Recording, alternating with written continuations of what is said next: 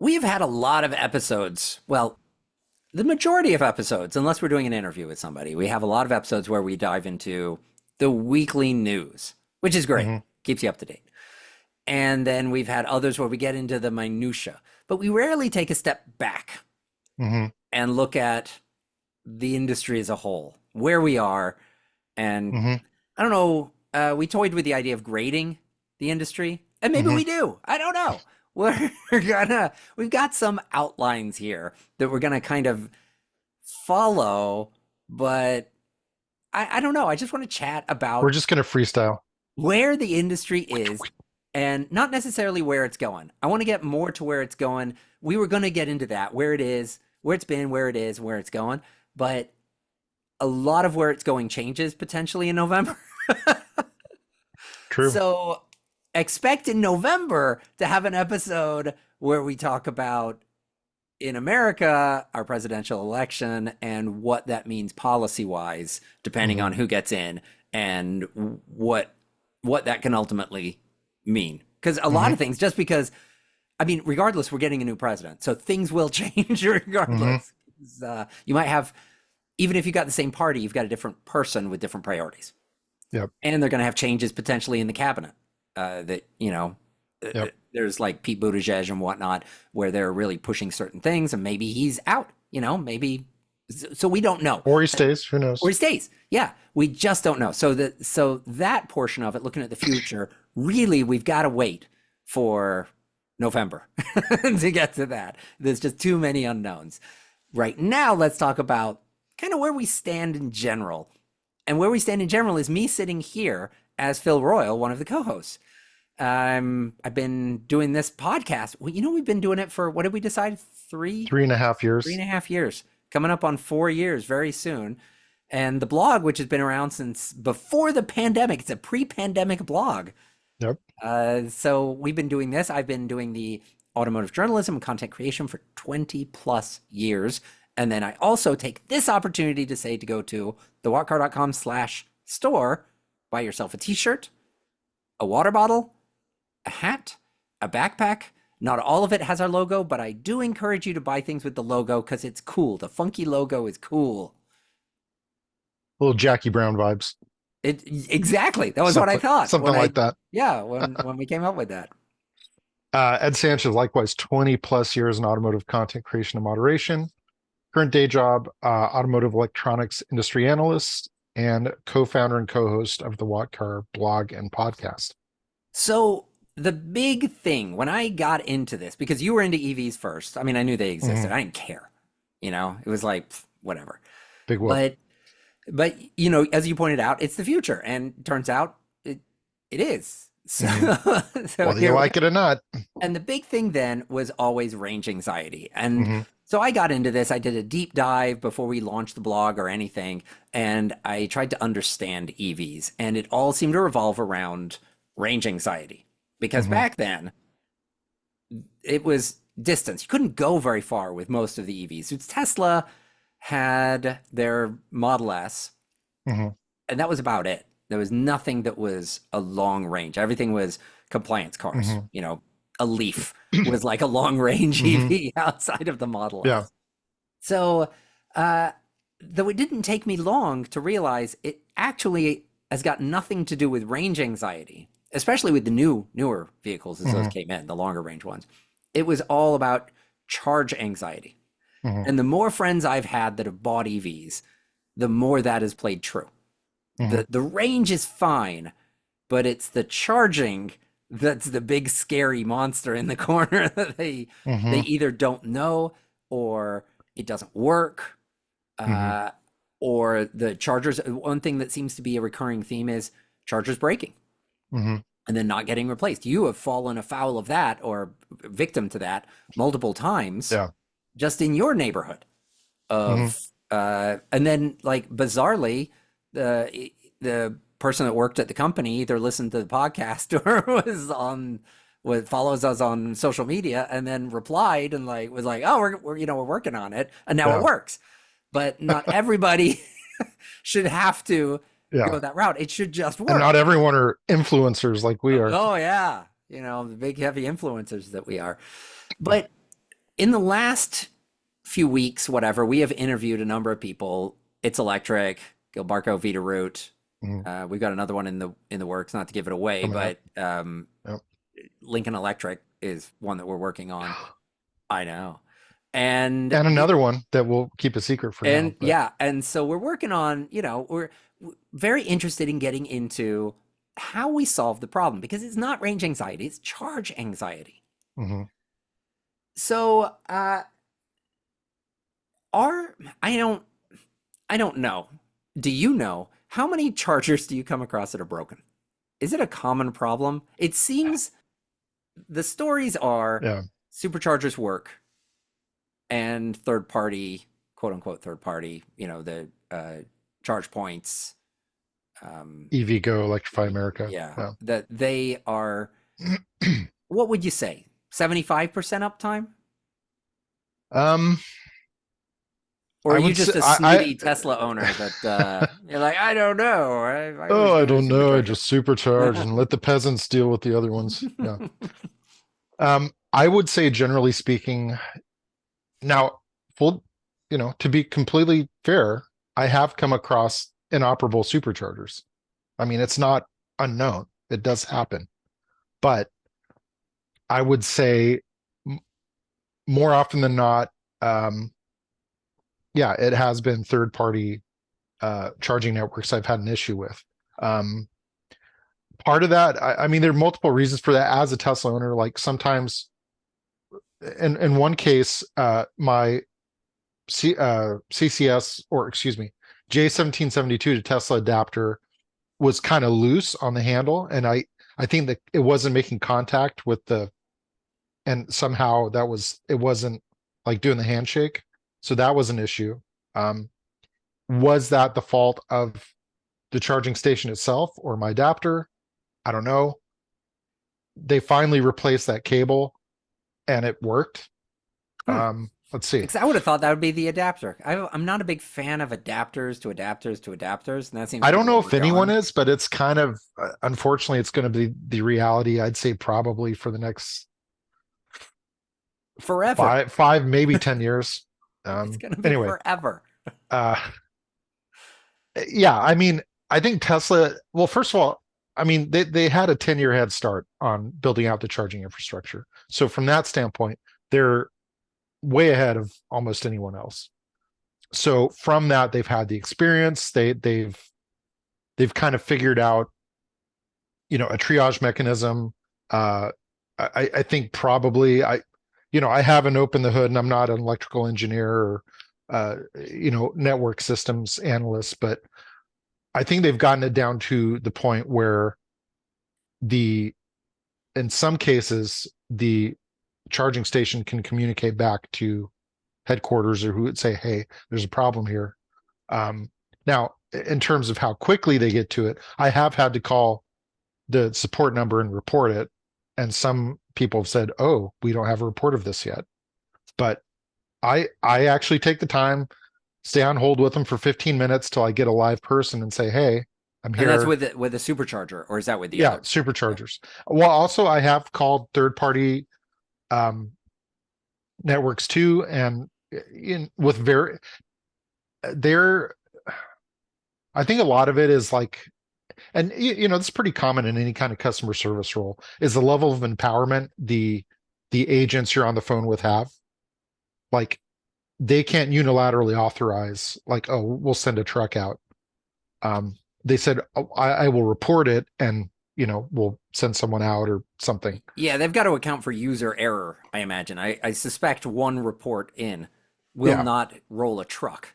yeah. But if they get two, three, four, five, and it's within a certain period of time and they can't diagnose it remotely, like when I get problems with my internet and you Hmm. call up the cable company or the provider, they can ping your Hmm. modem. And then they're like, the problem's fine. Like there's no Yeah. problem. And they Or they'll reset say, it. did you unplug it and plug it back in Yeah. And they again? run through and they try to do it Yeah. remotely. And then eventually they'll reluctantly roll a truck to your house and So fix the I'll problem. tell you one trend I have noticed, really, I mean, I would say largely over the past few months, is an awareness and kind of proactive steps some of the charging networks are taking in terms of diagnostics.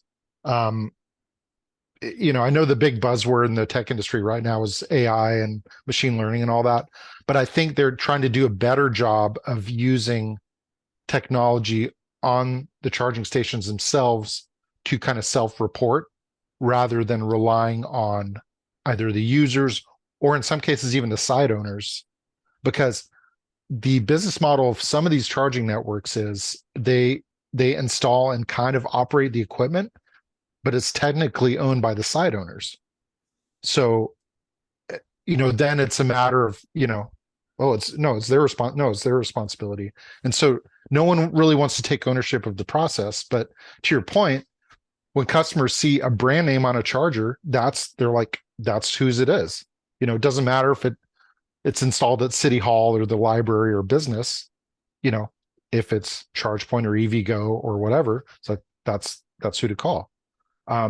So I definitely think there's a much higher awareness of the issue of downtime. This has been, I mean, multiple consumer surveys, JD Power, whoever, it's been a big frustration for EV owners. So I think they're doing a better job of kind of being a little more proactive and quicker diagnosis and quicker repair of issues. It's kind of funny to me because, again, full disclosure, I'm not an IT guy. I'm not an electrical engineer. It seems like this technology has existed for a while. So, but it's taken until now for it to really be proactively applied to this issue.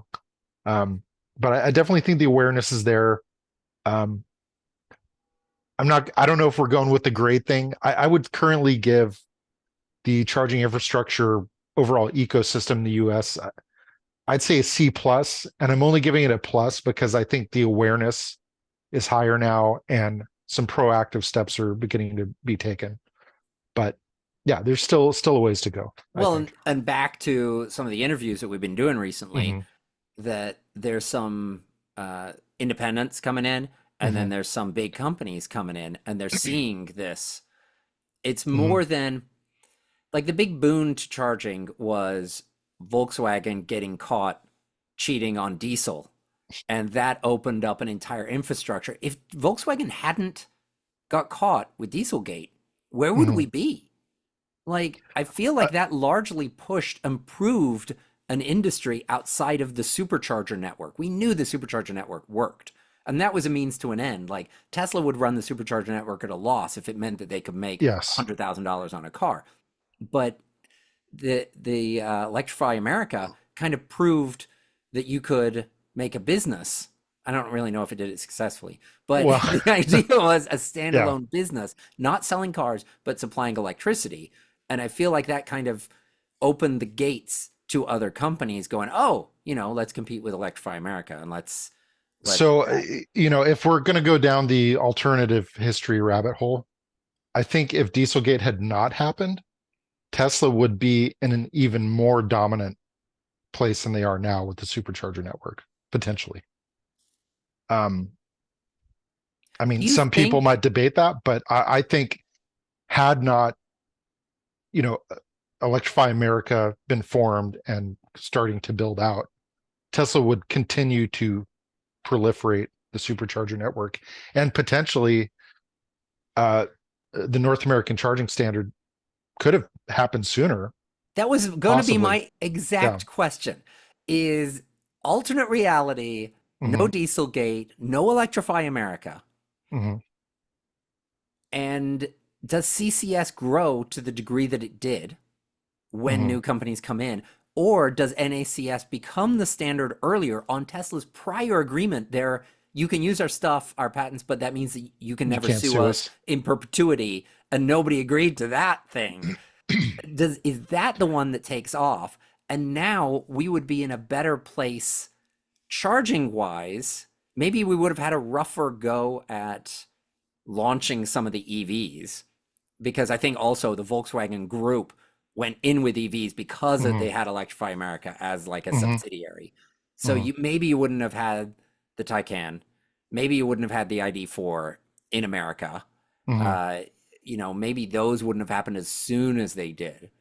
But uh, would we have ended up with fewer adapters? Because now we're also in a weird thing. I was reading an article on Electrek, and that was about Tesla's NACS to CCS adapter, and that they're actually Hmm. increasing production on that, which I wonder now if that's because you've got all of these other cars going, they're like the Fords and the GMs and the Rivians of the world can now Hmm. charge at superchargers, and they're finding now maybe Tesla superchargers are getting too full, and they're Hmm. saying to the Tesla people, hey, go and charge over at Electrify America. Would we be in a completely different pain point in uh So, or okay. like it's a I weird alternate reality that we'd yeah. be in had Dieselgate not happened. So, okay. So, had Dieselgate, this is, this might kind of reverse crystal ball, if you want to call it that.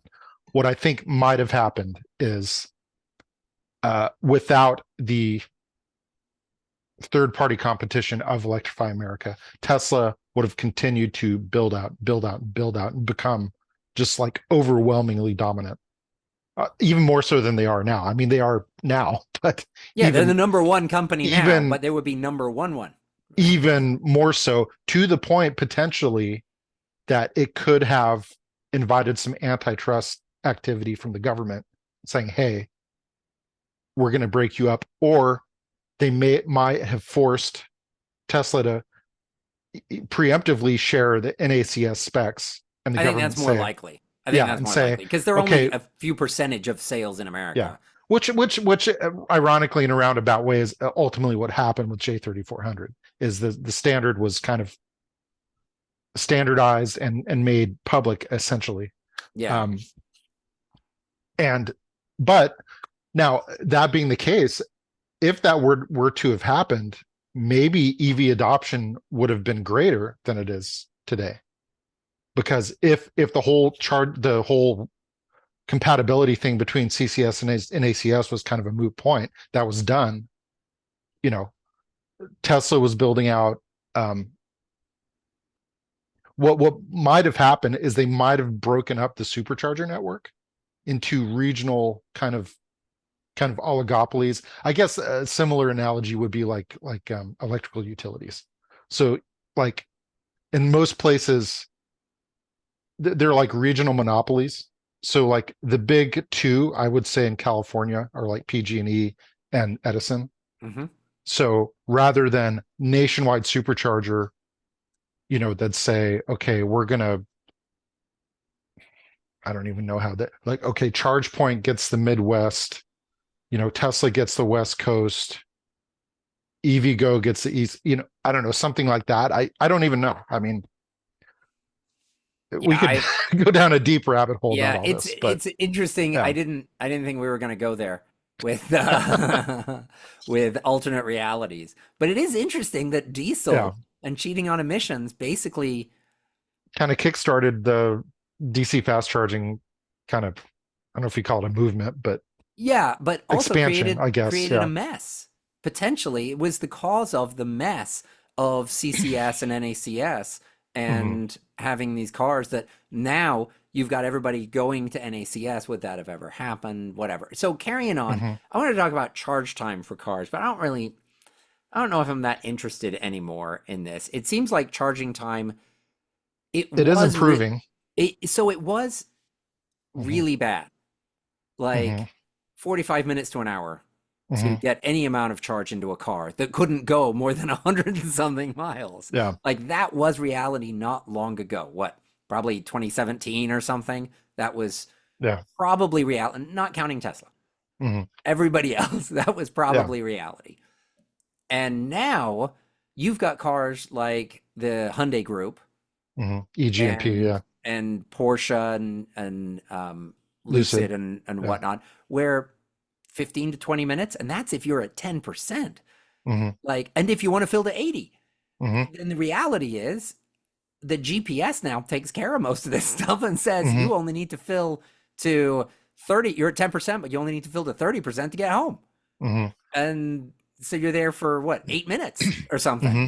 because the way they do the curves, like a lot of them, like Ford, it Hmm. just I think it was Ford has like a dumb charging system basically. Hmm. You plug in and it's a fire hose for the first like 10 minutes, Hmm. and then it peters down. Then It it kind doesn't of matter tapers what out. your Yeah. but it doesn't matter where your battery state of charge is. I mean, Mhm. I think if you're over 80%, it doesn't do it. Mhm. I don't recall on that. But if you're at 10%, it's a fire hose. If you're at Mhm. 30%, it's a fire hose. If you're at 60%, it's a fire hose. Like you get, at Yeah. least it was not Mhm. long ago. Mhm. Like that was Mhm. how it was with the Mach-E and the Lightning, was you plugged in and it was like Mhm. everything at once. So they were trying to get around, make it quick charging Mhm. where it counts.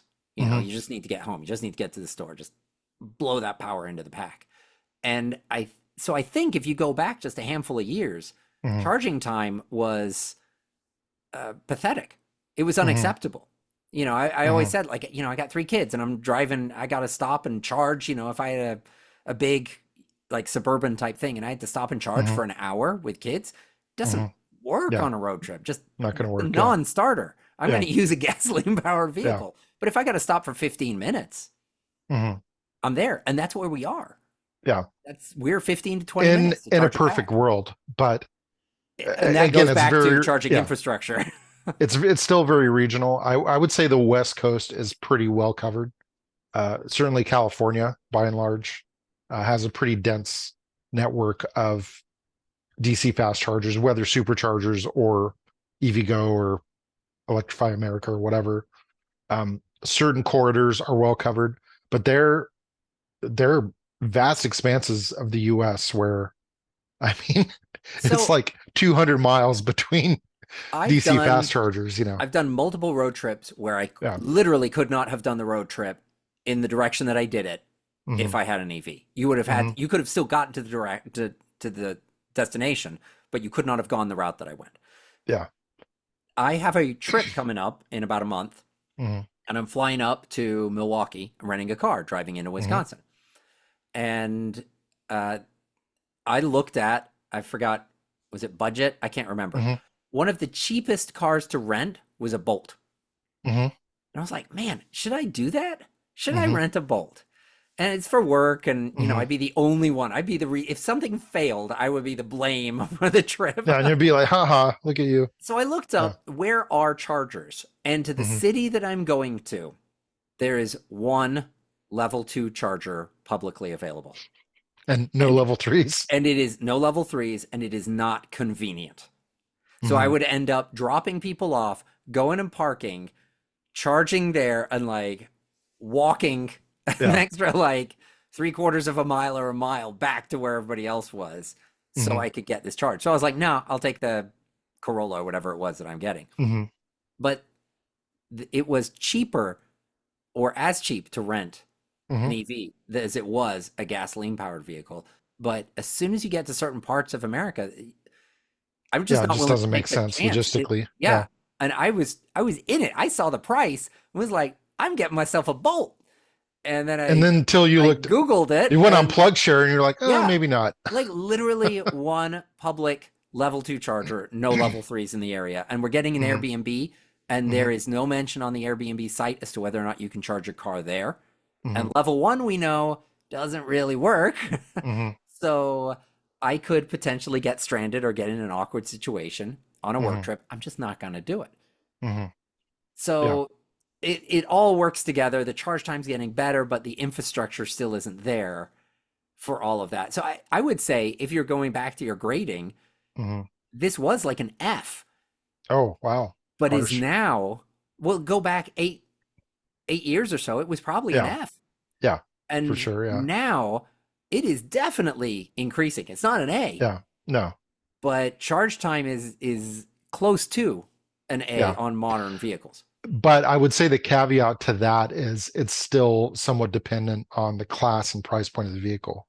So the super And I fast don't like charging that. vehicles Yeah. are the Lucids, the Taycans, even, I know Hyundai is a mass market brand, but um, a well-equipped Ionic 5 or 6, you're still looking at about 50 grand. Now they do have some models in the 30s and 40s. But it's still, relatively speaking, a more expensive car. And I Um, don't like this whole class system where you've got the rich can charge faster and the poor can charge slower. But the mhm. reality of it is, it's going to be like that forever, because it's not, if it was a software locking issue and it was a Mhm. feature and you paid for it, that's one thing. Mhm. And that's wrong. that you shouldn't have to pay to get fast charging. But the problem is it's voltage dependent. Hmm. And it's cheaper to do, at least now, Hmm. like a 400-volt system or sub 400 than it is to Hmm. do 900, volt systems in the higher end cars. So until that Hmm. all comes down, where I hope we get to is 800 becomes affordable and the standard. Yeah, basically the commoditized standard. It's possible. I mean, even there have even been some people that said with the right engineering approach, you can get to close to 800-volt um, charge times with 400-volt.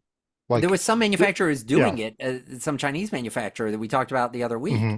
and it was darn close. It was so Yeah. close. I mean, basically, what I think it's going to come down to is the technology getting commodified enough where the pricing isn't prohibitive, so you can have competitive charging rates on mass market cars, say 25, $30,000, that are close enough to the 60, 70, 80, $90,000, Lucids or Model S's or whatever, to the point where the difference is not so significant, where it's just this gaping difference. It's Yeah. just, maybe 10 or 15 minutes, It'd be nice if they could get it down to like 5 to 10 minute difference.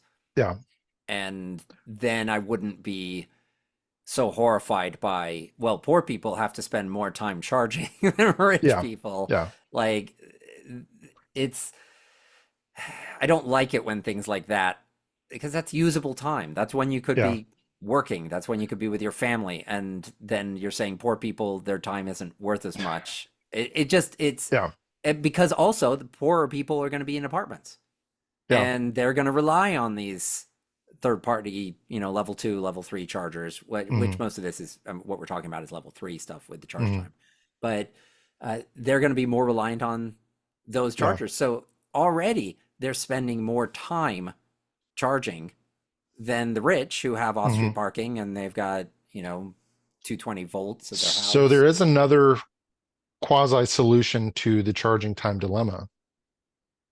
Do we want to get into that? I don't know. Do we? I don't know what it is. Smaller batteries enabled by an internal combustion range extender. So, yes, um, we get into EVs have not been selling as well. We'll get to this in a Yeah. minute as well. I feel like we're gonna have to skip some of these topics that we. uh, and what's happened is as EV sales, they're still increasing, but they're not Hmm. increasing at the rate that was anticipated. And I Hmm. think on top of that, that's what the official story is. And that's Hmm. why Ford and GM are saying, we're going to plug in hybrids and hybrids more now. We're going to push Hmm. those more than EVs. I think the reality is as well, they're all losing 30 to $100,000 per Per vehicle. vehicle. And Yeah. they need to figure out, they need to put the brakes on that process On the until they can losses. Yeah. figure out how Tesla's doing it and they can Hmm. get to the point where they're making $1 billion profit per quarter. Yeah. Because Tesla in its down quarters is still making over $1 billion profit. Yeah. So it's obviously doable, but these legacy makers, they're trying. They're trying, but they have a lot more baggage they have to deal with than Tesla, who's, I mean, granted, they're effectively 12 years old now. I mean, as a quote real car company, I'd Yeah, say. and they were designed from the Yeah. ground up to be an electric company, and they've Yeah. been Well, from the Model S scaling. forward. Yeah. Yes, they've been scaling their company accordingly. Hmm. Whereas these other companies are going, we've got all this gas stuff and we've got to support that and we got to do EVs. And it may turn out that EV manufacturing can't be supported by massive companies the size of Ford. It could Hmm. be that it needs to be divided into a smaller group, which is kind Hmm. of what Ford tried to do earlier with their Model E. Model E. Yeah. So it may Yeah. be that you've got to have smaller, more agile teams to make this work. Hmm. So what they're now doing is they're pivoting more toward plug-in. But do you think this? So Hyundai announced that Hmm. their Ioniq 9 will have a range extender. Well, a version of it will. I think they're Yeah. still going to do a full electric, but they're also going to offer a range extended So model. do you think this is based on charge anxiety?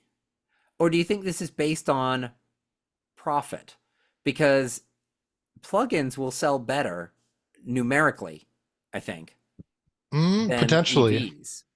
More people would be willing Well, probably uh, to buy a plug-in than an EV right now. We're at a good percentage, we're at a good adoption rate, but people, it's comfortable. Getting a gas-powered vehicle is yeah, comfortable. it's well, I mean, I've heard a whole lot of different analogies about plug-in hybrids. Some call it a gateway drug, um, some, baby steps into EVs, all that. Um, Maybe they I just like mean, vehicles that catch on fire, because as we learned last week, with the plug-in ooh, hybrids, they yeah. catch on fire exponentially more Um, than EVs. uh, I think it's a matter of I think a lot of people are hesitant. Certainly a lot of people I've talked to are hesitant to buy a full EV because range anxiety, charging availability, whatever. Oh, I don't have a 240 plug in my garage, whatever. But, depending on your use cases, you could get more than 100 mile per gallon equivalent from a plug-in hybrid. So that's attractive. Certainly saving gas is like perennially popular. So but the thing is if you look at the sales charts, you know, uh, EVs have been a steeper ramp and PHEVs have been relatively flat. But I mean, honestly, that's because there really aren't that many of them on the market right now. Um, the Pacifica hybrid. I mean, for a while, Ford had the C-Max Infusion Energy. Jeep's Um, got theirs. oh, They're, the 4xe. yeah. Yeah, but by and large, they're not like huge volumes and huge, like really popular mass market models. Ford briefly offered the Escape, not Escape. Well, I mean, they do have the Escape hybrid now, but for a while they offered the Explorer. Now, okay, here's a weird one. Okay, so the current European Explorer is actually based on effectively the Volkswagen ID4, but for a while they were selling the US body style market Explorer with the plug-in in Europe. But it was essentially like I'm trying to remember the Lincoln equivalent. Uh I don't know if that was still the MK or if they'd already transitioned to like the Aviator. Do you remember the Yeah, Aviator yeah, yeah. plug-in hybrid? It was essentially the Aviator plug-in hybrid powertrain in an Explorer body, but it was like insanely expensive. It was like 70 or 80,000 euros or something Hmm. as a Ford. And it was like, Yeah. so, but yeah, I think there is a lot of interest in plug-in hybrids and their capabilities and the flexibility. And I think also kind of ameliorating people's fears of I'm going to be stranded in the on I-10 in the middle of the Sonora Desert, with no charge and no services for like 100 miles. Whereas with the plug-in hybrid, battery goes down, the range extender kicks in, they can get to the next gas station or the next charging station or whatever. And a lot of people say once they've had a plug-in hybrid and they live with it day to day, and they realize how little they're using the gas engine, they're like, maybe I could live with a full EV rather than, kind of having the crutch of the range extender. It'll be So interesting to see with the yeah, Ionic 9, because the Ionic name is EV. It means EV. Like, yeah, if it's an Ionic, it's an EV. If it's a Tesla, it's an EV. Like, yeah. that's Well, that's how they reality right now. branded it. The original Ionic was actually offered Yes, hybrid, plug-in hybrid, and EV. but I think But people since the now, Ionic yeah, 5, it's transitioned to yeah, be their quote electric brand. yeah. So Um, it'll be interesting for it to go back essentially to the original Ionic, mhm. where it You have was choice of a powertrains, yeah. choice, yeah, and there then it'll be interesting to see what sells. Hmm. Does the plug-in outsell the EV? Like, we will have then a direct comparison on a brand that people think of as electric, as in its modern iteration, and then So, they're going to suddenly convert. Like, they're almost going the opposite direction as everybody else. Everybody so, else is saying we're going fully electric, and here Ionic's going, we're going fully electric, except, or no, Ionic says we are fully electric, except we're going to introduce gas. yeah. So my prediction for if you want to talk about sales curves, I think for range extended or PHEVs or whatever, it's possible they could for a while outpace battery electrics, but then I think they're going to kind of flatten out. And I think battery electrics will eventually surpass them, because what I think is going to happen in the greater scheme of things is, as the charging infrastructure is built out and matures, the charging anxiety will be reduced, because at a certain point, charging stations, whether that's level 2 or level 3, will be common enough at gas stations, like when we were talking with Gilbarco Vita route, or level 2 in urban settings, like with its electric, so forth, that they'll be visible enough that people will say, oh, they're pretty much everywhere now. Supermarket, shopping centers, condo complexes, whatever, Starbucks, 7-Eleven, that they're like, I'm not worried about it. I know if I take it, if I go on a road trip or whatever, I'll be able to find something. So at that point, I think potentially the popularity of PHEVs might kind of flatten out, because you still have to deal with oil changes, all the maintenance with the gas engine. And at some point, people are going to say, I don't want to deal with that. So, I mean, but again, how far, 5, 10, 15 years, I don't know the exact trajectory of that, but that's what I predict will happen eventually. Yeah, I think as battery prices come down and that technology increases, they're going to be putting more and more batteries and getting further and further range in these plugins. At a lower cost, yeah. At a lower cost. And they're going to try to keep the price around the same for the sale, but then you're going to have plugins that before it was like a plugin, it just got you off the line, or a hybrid just got you off the line. And it took that bit of the fuel economy and added to it.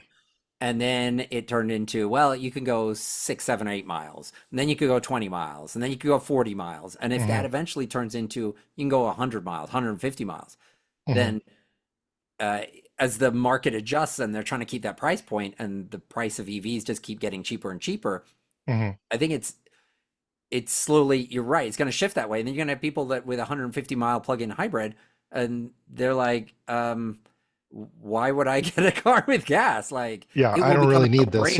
Yeah, like I'm taking this thing in to get an annual oil change, and I'm only putting 15 miles a year on the car, on the gasoline portion, or like of the car. Only like 20 hours or 20 a year. hours, yeah, it'd be in time, not in miles. And then you're getting your annual oil change, and it'd just be such a mess. They'd be like, why do I have to go back to the dealership and pay $100 for an oil change? So yeah, that will be, that'll sort itself out. I think that'll come to us as far as EVs go. That it just makes sense. So finally, this last one, you were really licking your chops for discussing this one. Well, yeah. The biggest part, favorite guy everyone loves to hate. So if we were going to do, and I don't know if we've got time, because when I put this in here, I was like, this is an episode on its own. So we're gonna have to fly through a lot of this. But the biggest part of EVs, to me, you've got charging infrastructure, you've got charging time, they kind of go hand in hand. You've got prices, which prices are going down, and that's kind of solving itself there. Even the used market, things are becoming more affordable. That you've got sales are increasing. They're just not increasing to the point that they are. Found a report from Recurrent, and they anticipate right now at around 2040, the EV sales market, we're going to be at about 70%. And that is going to be about where it peaks, so we've got about 10 to 15 years till we hit peak, sales of all that. And it's going to kind of ramp up and slow down. We're kind of in that intermediate part where we're ramping and slowing. So all of that is fine. That's another part. But the biggest other part is Tesla, the leader in all of this, the one that started it, the OG in all this, which they're not really, but but they're OG of the modern EV world. Yeah. That they're floundering. And I feel like they've completely lost direction. And they're currently in the middle of erasing their own past, which Elon is known for doing. Elon Musk, CEO of the company, is known for rewriting history. If somebody leaves and he doesn't like that they left, all of a sudden, oh no, they weren't a founder. No, they were never an engineer. And yeah, exactly. He rewrites things, even though they were like on stage with him and he was Hmm. like announced them with Yeah. that title. He then says, oh, they never had that. I've never heard of that person. Now, they, Rawlinson, don't know him. yeah, it's crazy. So now they have, there's a couple of things that have happened in the last couple weeks. I think it was in the last few weeks. Tesla has, they're now, are they facing a lawsuit? I can't remember, or it's just a matter of time before lawsuit. Which one? Well, so So many. like they've Yeah. been, they've jumped on full self-driving Hmm. as this is it. Elon Musk has been saying since hardware 2 Yeah. that these are capable of level 5 autonomy, Hmm. and they aren't. Hmm. Anything that just has cameras is never able to do full level 5 autonomy. Again, If you you want to talk block about a whole other episode. if That's you block a yeah. camera with snow or mud, it cannot work. You cannot do level 5 autonomy with just cameras. And Okay, that is I'm what gonna counter you a little bit.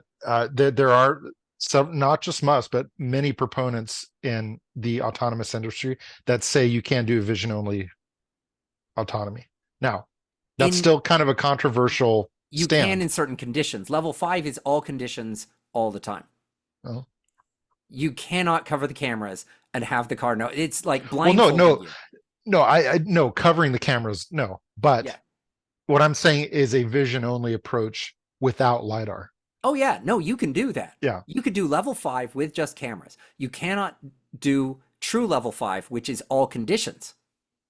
yeah, yeah. Okay, So you fair could do enough. level Yeah, 5 in Southern California.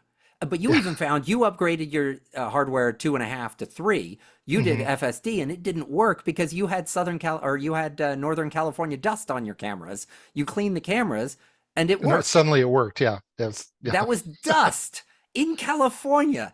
yeah. Stopped full self-driving. You cannot get to that. So they are now, Elon Musk is constantly saying, oh yeah, we're weeks Over away. promising, under delivering. Yeah, Yeah. we're weeks away. And they never are. And they never Hmm. can be until they go to LiDAR or something else. It just isn't possible. And then in this last week, is it?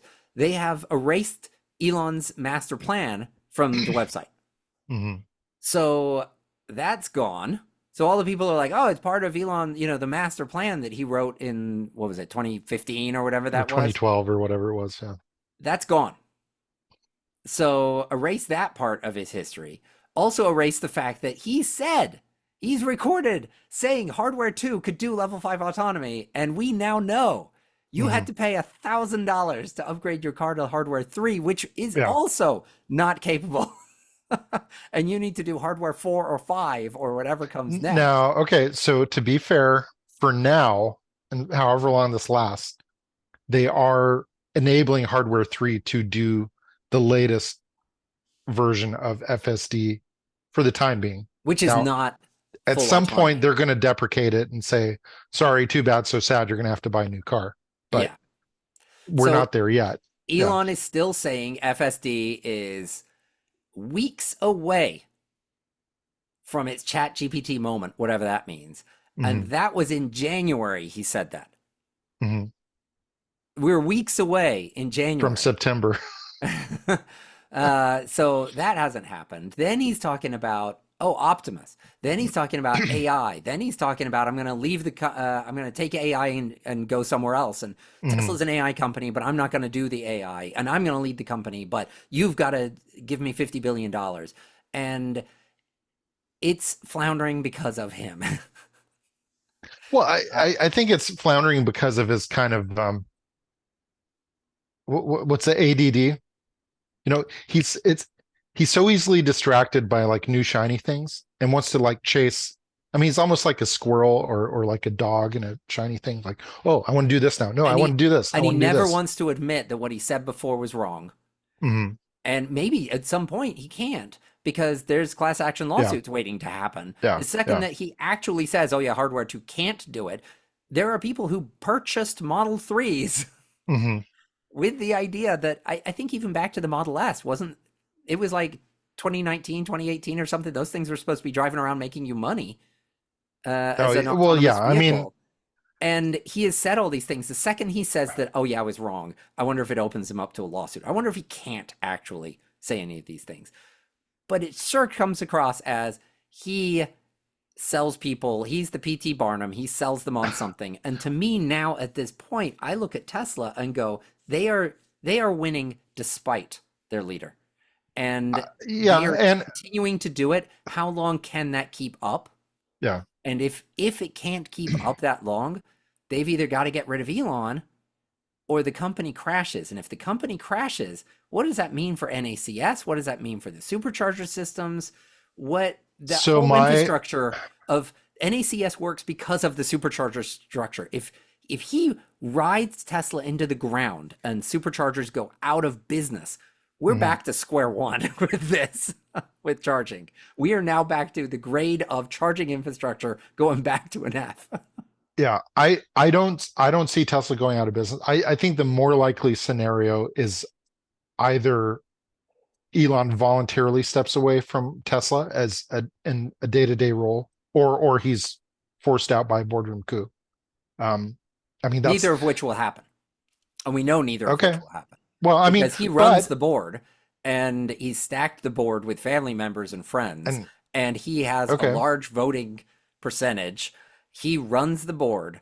He's not getting kicked out unless it's government required, which has happened before. So okay, so I guess from that standpoint, I was going to make the Steve Jobs Apple analogy, but I guess it doesn't really work in that. Um, I mean, originally the Apple board had a lot of Jobs, I guess not really family so much, but a lot of his buddies, but they were slowly kind of displaced by, I guess, more kind of corporate types. And John Scullion, he kind of said, okay, you're out of here. But he came back, what was it, like 10 years later, or maybe not even that long, kind of triumphant and kind of reclaimed the reins of the company. And it's gone on, Yeah, he set the since he came ground. back, Yeah, it's like he set the groundwork taken that off. Yeah. has created an empire. Yeah. So, I mean, I don't know.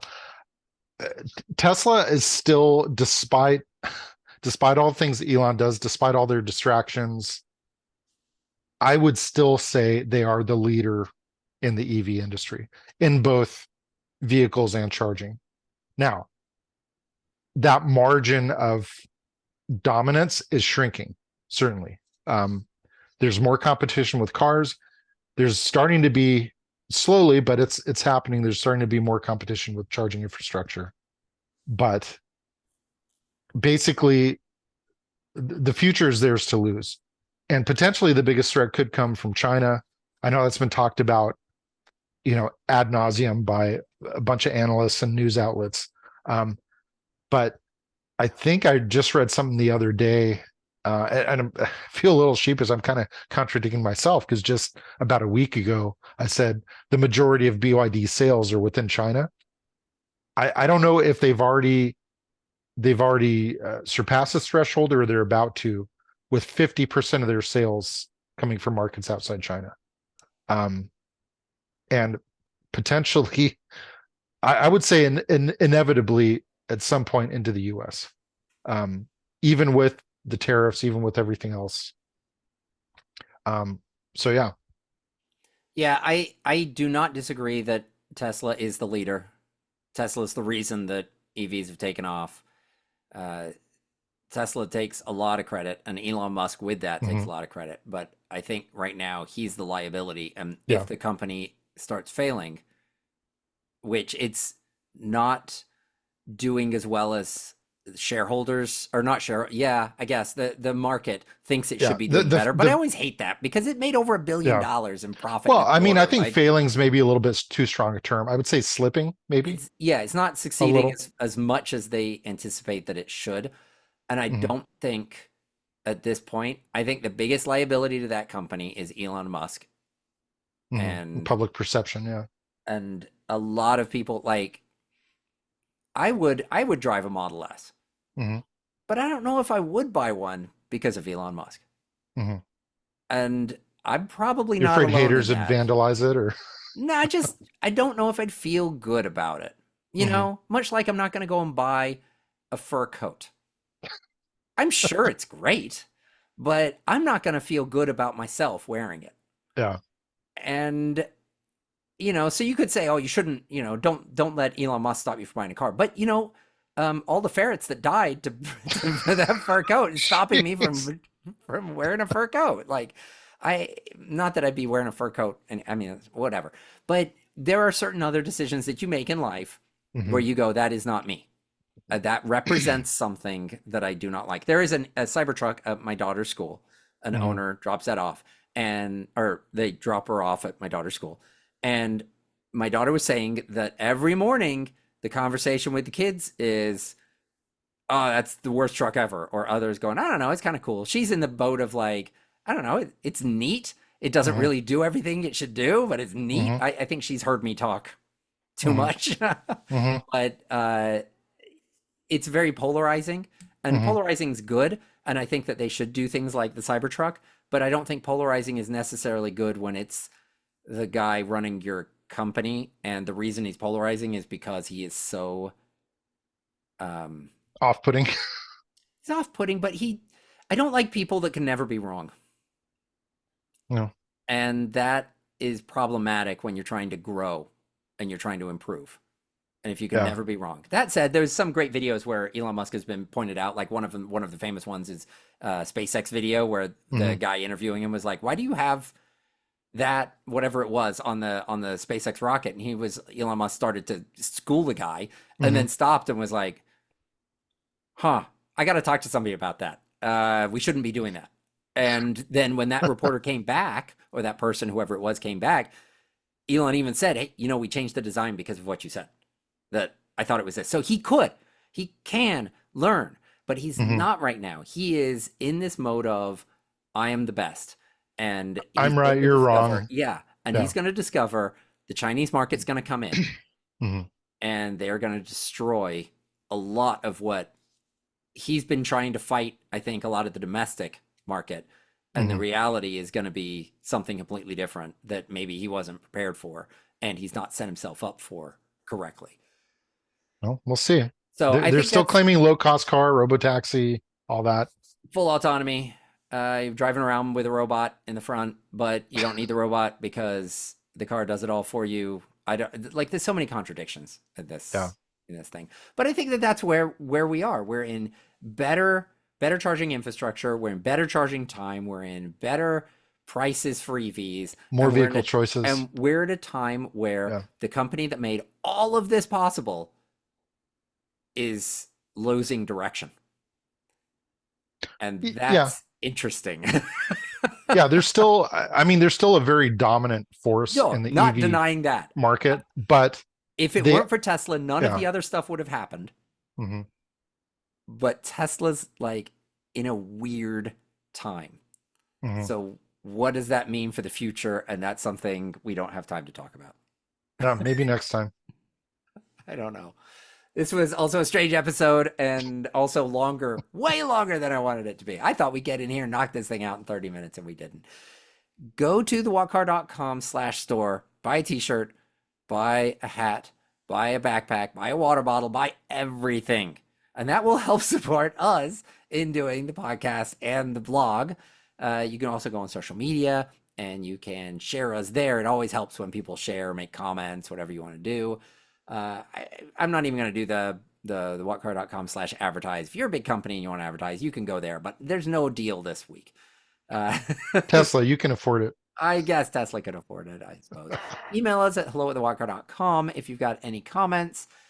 And like if you've got t-shirts you'd like us to make, I'll gladly do that. Let us know. Next week is probably back to the news. I don't know. We'll see. Maybe. It's We got some exciting guests coming up, but we're we've gonna keep that under our, we got a lot we're working on. yeah. It's just a matter of making it actually happen. Stay So, tuned. yep. See you later.